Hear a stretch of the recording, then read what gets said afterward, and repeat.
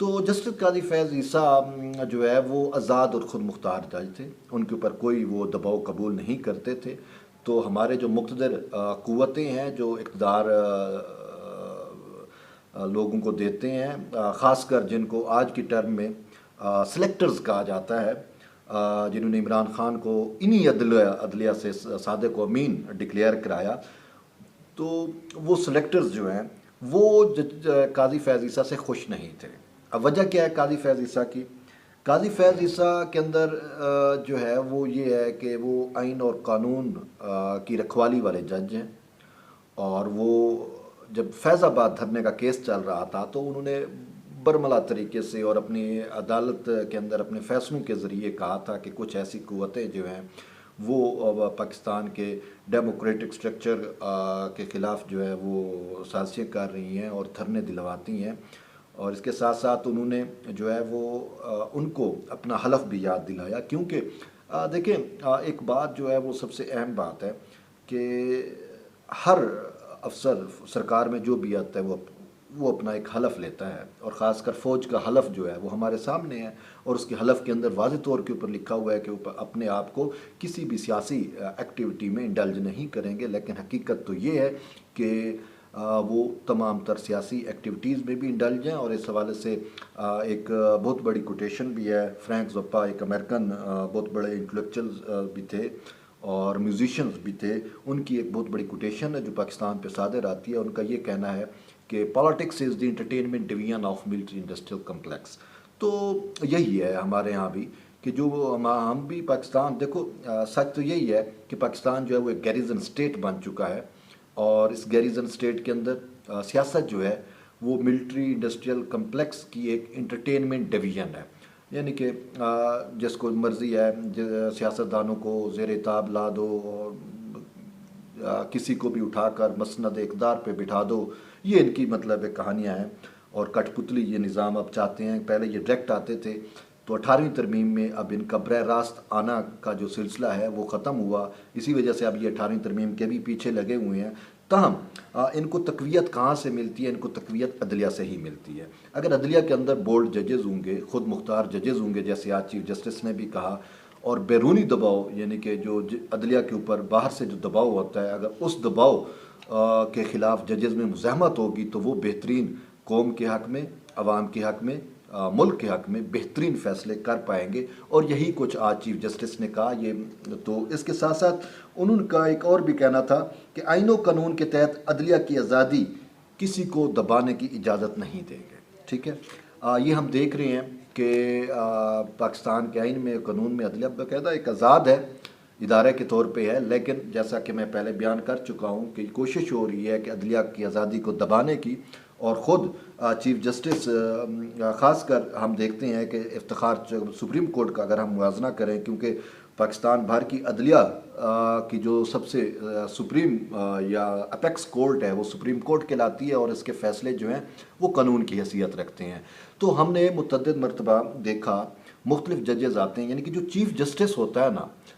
اس کی جو دانش مندی ہے وہ پاکستان کے پورے جوڈیشل سسٹم کی عکاسی کرتی ہے۔ اگر چیف جسٹس کمپرومائز ہو جاتا ہے، chief justice of Pakistan compromise ہو جاتا ہے، تو پھر پورے سسٹم کے اندر ہمیں خلا جو ہے وہ نظر آنے شروع ہو جاتے ہیں، وہ گیپ ہوتی ہیں، اور سسٹم جو ہے وہ خود بخود کمپرومائز ہونا شروع ہو جاتا ہے، نچلی کورٹ سے لے کر سپریم تک۔ اگر چیف جسٹس جو ہے وہ بہت بولڈ ہوتا ہے، آزاد اور خود مختار ہوتا ہے، وہ کسی کی نہیں سنتا، وہ قانون اور آئین کو دیکھتا ہے، تو پھر ہمیں جو ہے وہ عدلیہ میں ایک طاقت نظر آتی ہے۔ اب تو عدلیہ بیچاری اتنی بے بس ہو گئی، جیسا کہ آپ نے رات کو سنا ہوگا کہ کل رات ایک ایم پی اے کے شوہر نے ایڈیشنل سیشن جج اسلام آباد کی درگت بنا دی، ان کا ناک توڑ دیا، ان کے بہت زیادہ تشدد کیا، وہ ایڈیشنل سیشن جج ہو کے بھی انصاف کے لیے در بدر پھر رہا ہے۔ تو یہ عدلیہ کی اب کہاں کی آزادی اور کیا؟ تو اسی وجہ سے شاید چیف جسٹس کو ان چیزوں کا ادراک ہو گیا۔ تاہم ہر بندے کی مجبوری ہوتی ہے، ہر شخص جو ہے اس کی کچھ کمزوریاں ہوتی ہیں۔ ہمارے جو دوسرے حلقے ہیں جو سیاست کو انٹرٹینمنٹ ڈویژن سمجھتے ہیں یا جنہوں نے بنا رکھا ہے، وہ جو اعلیٰ عہدوں پر فائز ہوتے ہیں ان کی وہ کمزوریاں ڈھونڈتے ہیں اور پھر ان کو اس سوال سے بلیک میل کرتے ہیں، یا ان پر انفلوئنس ڈالتے ہیں کہ ہم یہ کر دیں گے وہ کر دیں گے. مجھے یاد ہے ایک چیف جسٹس تھے پشاور ہائی کورٹ کے،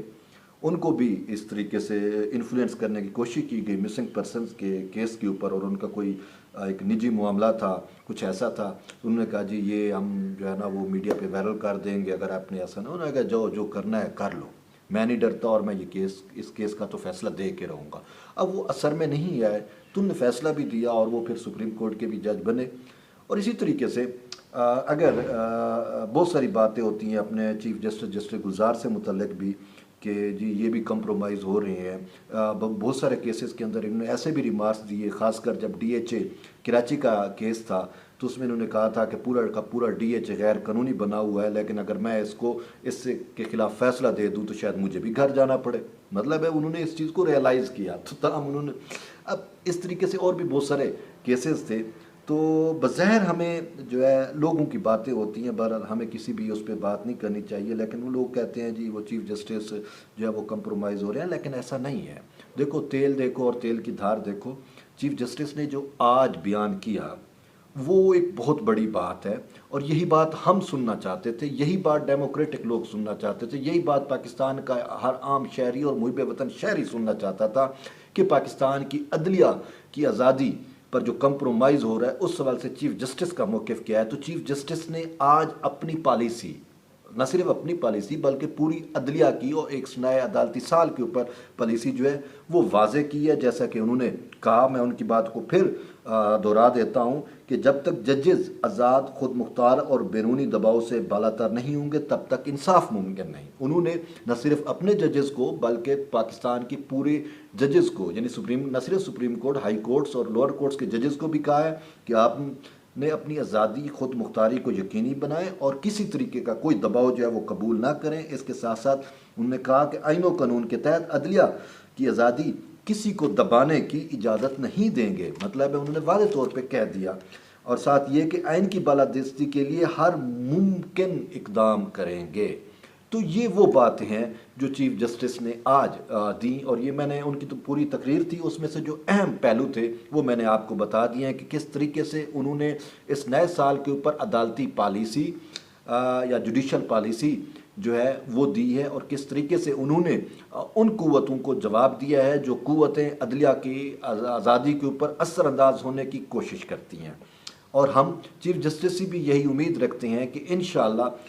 وہ بہت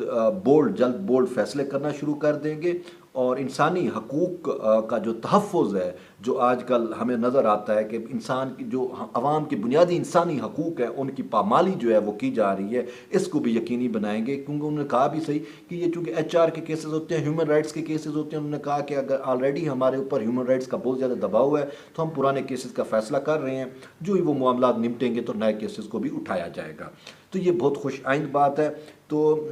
لیکن اس حوالے سے میں آپ کو بتاؤں کہ جب جسٹس قاضی فیض عیسیٰ نے اپنی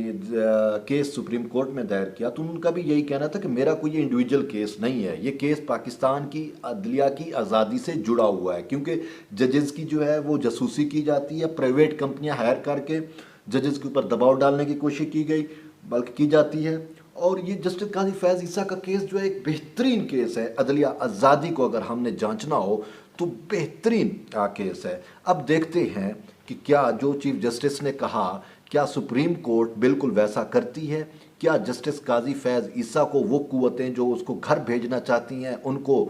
جو ہے وہ سپریم کورٹ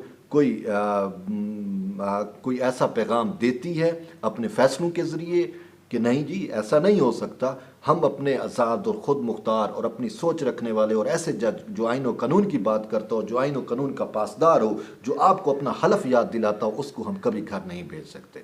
دراصل بات یہ ہے کہ اگر قاضی فیض عیسیٰ جو ہے وہ کیونکہ انہوں نے مستقبل میں چیف جسٹس بننا ہے اور وہ اس وقت چیف جسٹس ہوں گے جب پاکستان میں اگر یہ حکومت